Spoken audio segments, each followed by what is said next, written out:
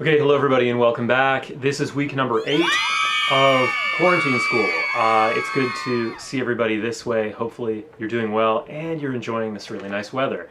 This is a really exciting week for us. It's a very important week because we're going to take everything that we've learned about in our poetry studies, all of the key terms and the structures, especially the sonnet structure that we studied, and we're going to keep them in mind as we begin reading a play.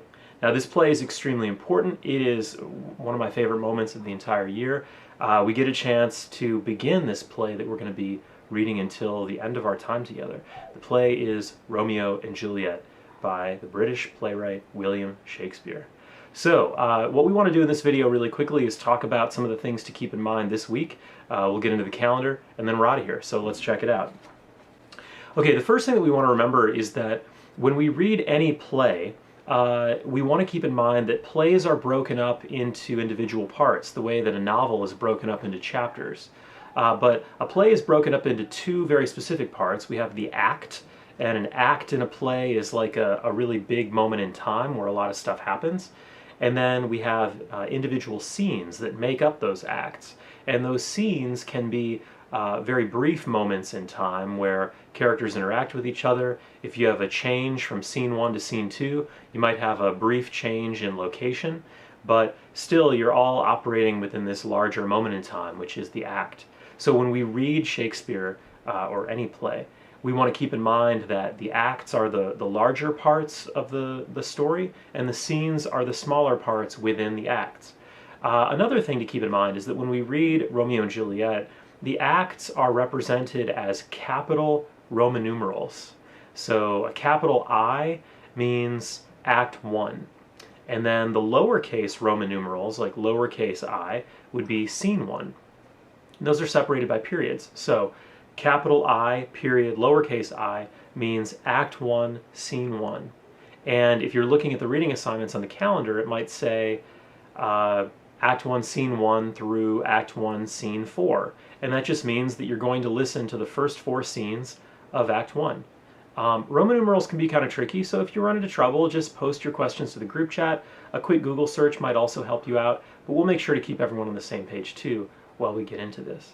Let's get into the calendar this week and talk about what we're going to do today and Wednesday. Okay, so like I said, this is week number 8.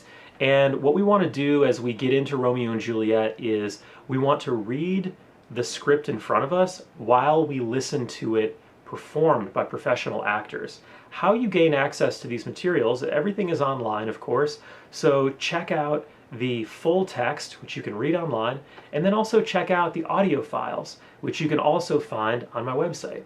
Again, I think the preferred way to experience this play is to read it and listen to it. I think the most preferred way to experience this play is to see it live on a stage.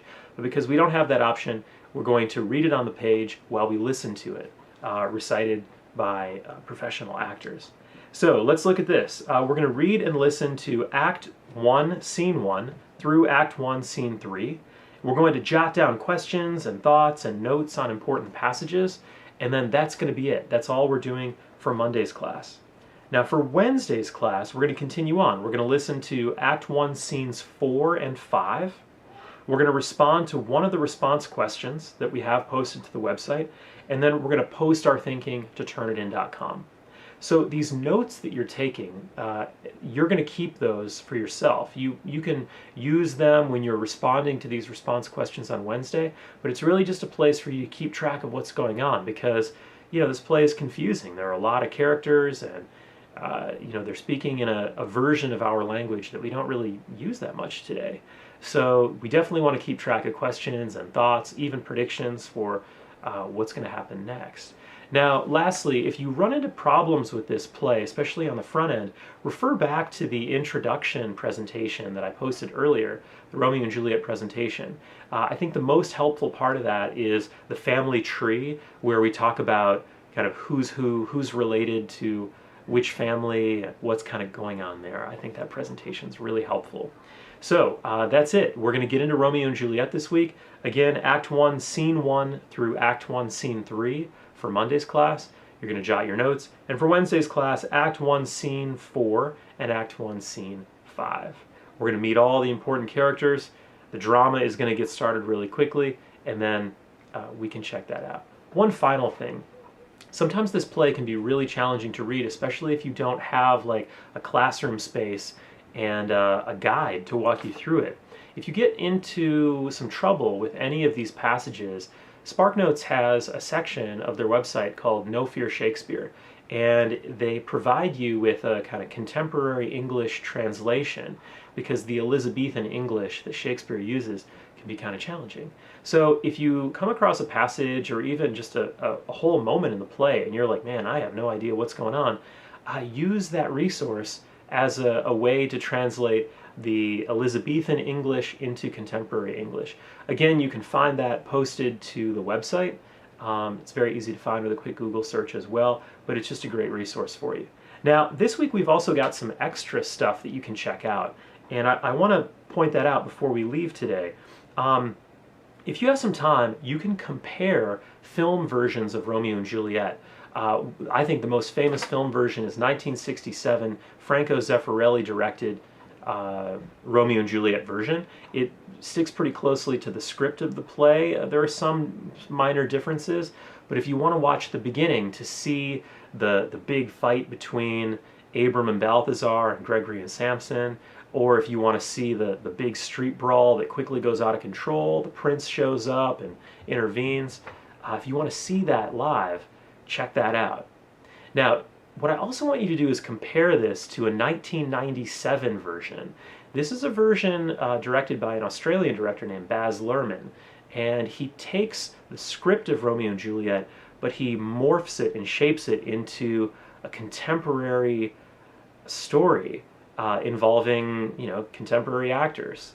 Leonardo DiCaprio plays Romeo, and Claire Danes plays Juliet.